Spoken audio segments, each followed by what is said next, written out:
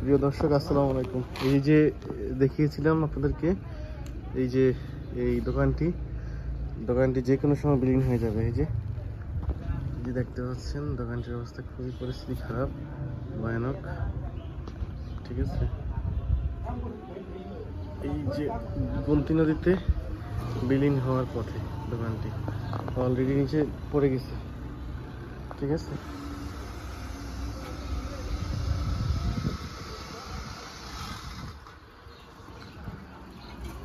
আমি একটু এই বস্তাগুলো দিয়ে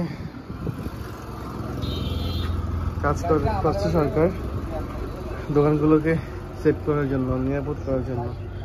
আশা করি পারবে, বাকিটা আল্লাহর ইচ্ছে। এই যে আমি চেষ্টা করছি দেখানোর জন্য দোকানগুলো বিলীন হওয়ার পর।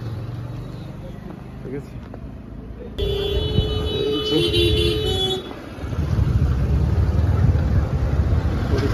যে কোনো সময় দোকানগুলো পড়ে যাবে।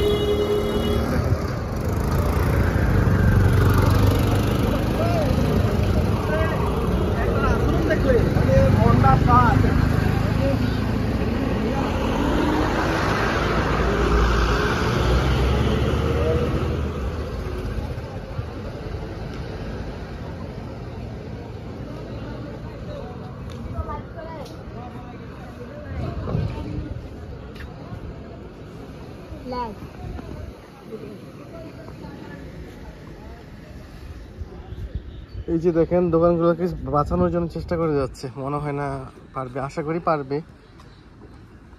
তবে দোকানগুলোকে বাঁচানোর জন্য এখানে প্রায় 1000 বস্তা দিয়েছে রাতের মধ্যে। যে দেখতে পাচ্ছেন, এখানে সব ভেঙে গেছে যা আছে। ঠিক আছে, পরিস্থিতি খুবই নাজুক।